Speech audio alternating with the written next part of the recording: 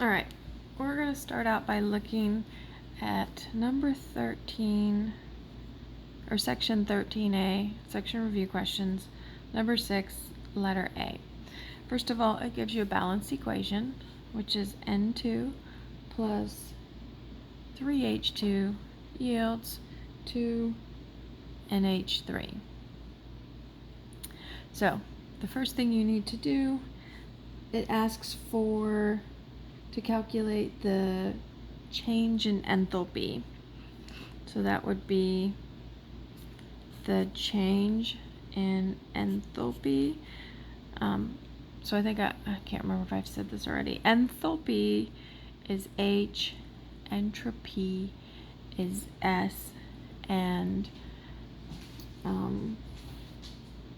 energy is G. So as it asks for enthalpy, you'll see the H, and it's always product minus reactant. So we'll say product minus reactant. So what you're going to do, you're going to need to know the change in heat in all of these, and there is a table in the book on page 352. If you notice, there it is, and it has the change of heat,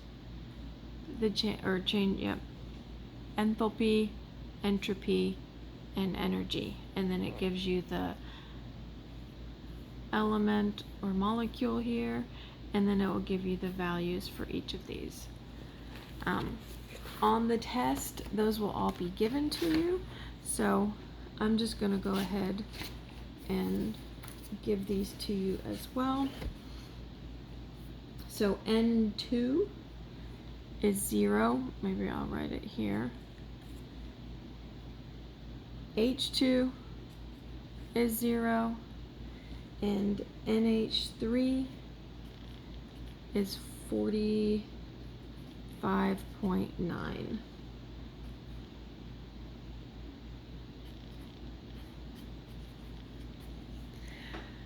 So once you know the enthalpy for each one, all you have to do is take the product minus the reactants.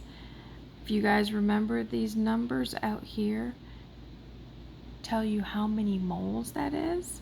So there's 1 mole of this, 3 moles of this, 2 moles of this. So you have to include that moles there. So what you're going to say is you're going to say 2 moles at, do it like this,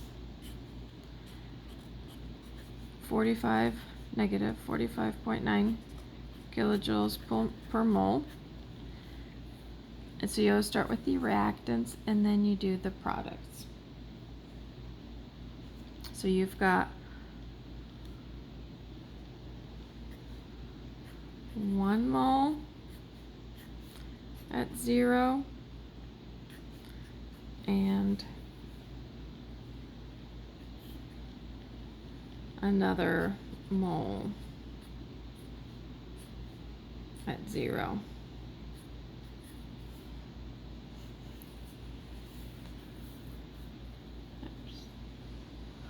So in this case, it doesn't matter here because obviously 1 times 0 is 0, 1 times 0 is 0. So you're going to have 45 times 2, which is 91.8. Negative minus 0 will still give you a negative 91.8 kilojoules. Oops. And then remember, if it's negative, it's exothermic. If it's positive, it's endothermic. So this is going to be an exothermic reaction.